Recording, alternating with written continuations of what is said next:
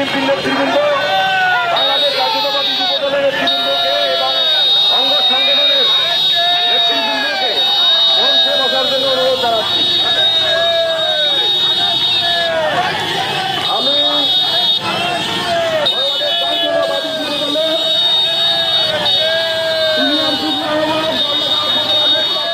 আমাদের প্রধান আলোচক শরীফুল ইসলাম বাবু ভাই, ধানের শীষের কান্ডারি, ওনারা এসে গেছেন।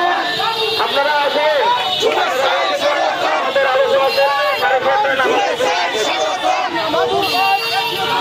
আপনারা চেয়ার থেকে উঠবেন না, চেয়ারে বসুন।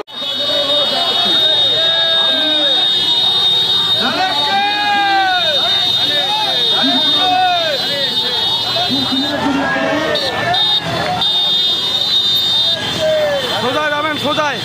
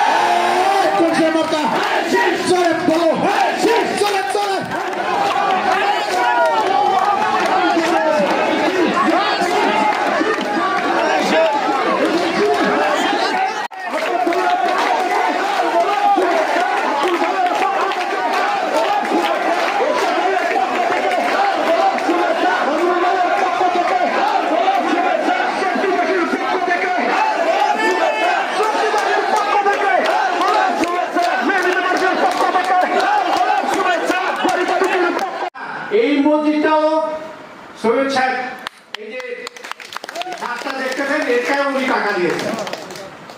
তাই শুধু জল টাকাই দান করে, ডিমলা উপজেলায়ও যিনি দানবীর আছেন, তিনি যে দানবীর, অতএব আপনারাই সেটা বলছেন।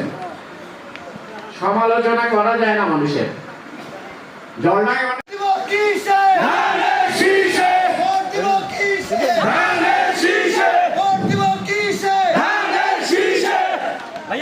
ভোট দিব কিসে? ধানের শীষে। ভোট দিব কিসে? ধানের শীষে। ধানের শীষে। ভোট দিব কিসে? ভোট দিব কিসে? ধানের শীষে। ধানের শীষে। ভোট দিব কিসে? ভোট দিব কিসে? ধানের শীষে। ধানের শীষে। ভোট দিব কিসে? তাকে 8 বছর মানে জ্ঞান হওয়া বাচ্চা থেকে শুরু করে 100 বছর বৃদ্ধ পর্যন্ত তাকে চেনে। আর কিছু কিছু দলের লোক আছে এমপি পদে দাঁড়াইছে, তাকে হয়তো অনেকে চেনেন, আপনারা 70-90 জন লোক চেনেন না। কিন্তু তার কারণ আমি আব্দুল রব খান পাড়পাড়া বাজার, আমার একটা ওষুধের দোকান আছে, আমার দোকানের সামনে একটা বড় নেম প্লেট লাগাইছে ওই প্রার্থীর। আমার অনেকে জিজ্ঞাসা করে, ভাইজান আপনার দোকানের সামনে এইটা কায়? অনেকে জিজ্ঞাসা করে, আমি উত্তর দেই কি জানেন? এই সকালে আছে, বিকেলে নাই, এমন প্রার্থীর দরকার নাই। আজ আছে, কাল নাই, এমন প্রার্থীর দরকার নাই।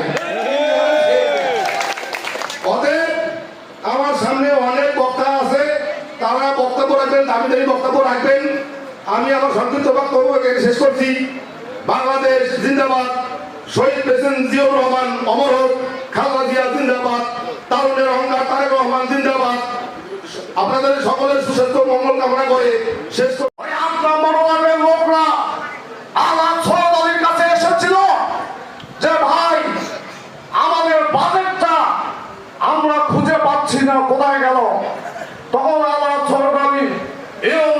সাহেবকে ফোন দেয়, ইউনো সাহেব বলে যে ওই বাজেটটা কিশোরগঞ্জে নিয়ে গেছে। ভাই আমি তো নতুন মানুষ, এত কিছু জানি না, তাহলে চিন্তা করে দেখেন এক জায়গায় বাজেট কিশোরগঞ্জ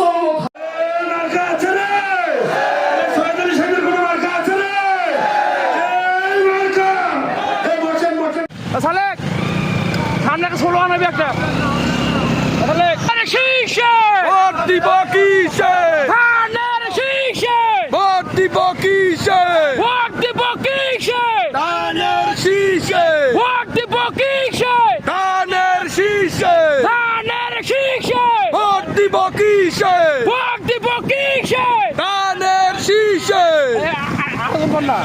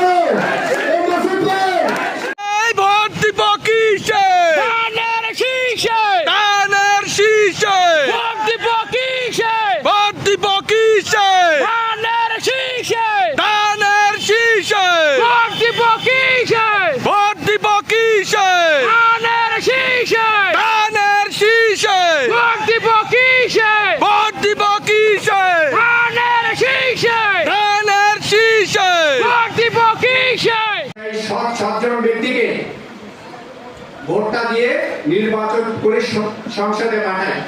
উনি 10 বছরের চেয়ারম্যান থাকাকালীন সময় সবই যে ভালো কাজ করেছে, অনেকে বলেছে একটা মানুষের দ্বারা সব ভালো কাজ করা সম্ভব হয় না ভাই, এটা বললে অতিরিক্ত হবে। সব করা কি সম্ভব? কিছু কিছু তার সীমাবদ্ধতার মধ্য থেকে উনি কাজটা করেছেন, কিন্তু এটা তো ঠিক যে উনি কোনো কিছু আত্মসাৎ করেনি। এইটুক বলা যায় আলাদ শরীফ সাহেব যদি নির্বাচনে জয়লাভ করে তেনার দ্বারা সরকারি কোনো অনুদান আপনাদের অধিকার কোনোদিন খর্ব হবে না। আমি কিন্তু বক্তা ভালো বক্তা নয়, কথা হলে ভাই ভালো মানুষকে আমরা তো নির্বাচিত করব। আমার মনে হয় অনেকে তো বলে গেলেন যে বিভিন্ন জায়গায় আমাদের এই জলঢাকা থানায় 108টা ওয়ার্ড, আমার মনে হয় না যে কোনো ওয়ার্ডে সৈয়দ আলীর দান পৌঁছে নাই। এ দানটা সরকারি নয়, সৈয়দ আলীর ব্যক্তিগত সম্পদ থেকে দান করা। এটা আপনাদেরকে অবশ্যই স্বীকার করতে হবে। হয় ওখানে একটা মসজিদে দিছে, না হলে একটা মন্দিরে দিছে, না হলে একটা মাদ্রাসা দিছে, হাফিজিয়া দিছে, এতিমখানা দিছে। এমন কিছু হাফিজিয়া এতিমখানা আছে যেখানে আমি দেখছি যার শিক্ষকদের বেতন সৈয়দ আলীর অর্থ থেকে দেওয়া হয়।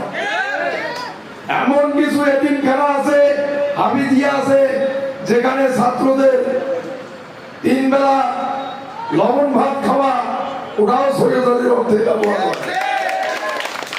এই অর্থটা সরকারি চাউল থেকে নয়।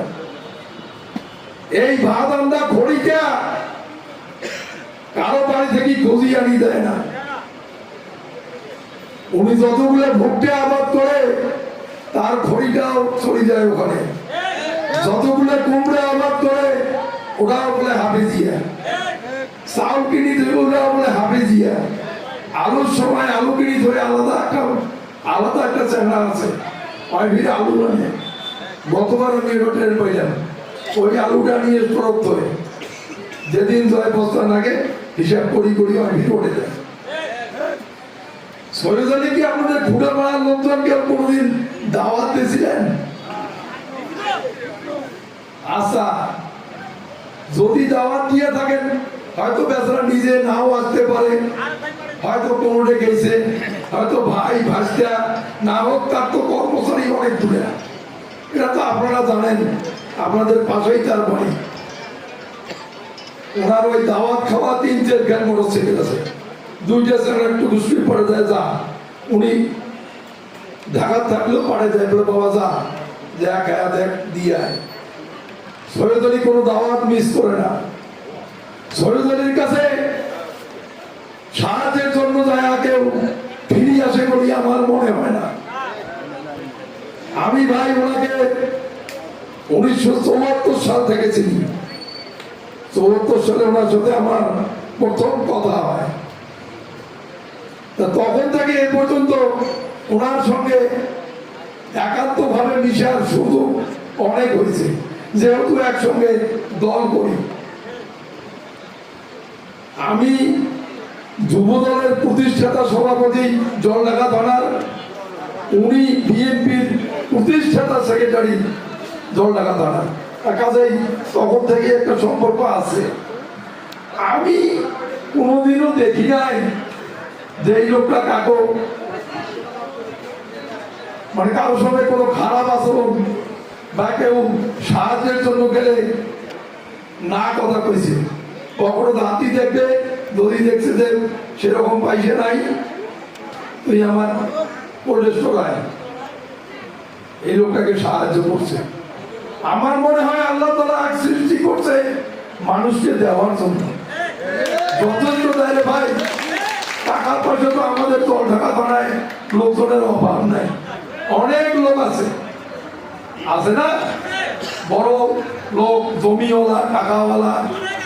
কিন্তু সৈয়দ আলীর মতো এরকম দানবী জলঢাকায় আমরা দেখি না। তুই একলা এখানে হয় না কইছিস, ব্যাপারটা কি? তো তুলে দিছে কত বাবা, বেটির বিয়া দেওয়া, এটা কথা ঠিক। বেটির বিয়া অনেকেরই হয়েছে।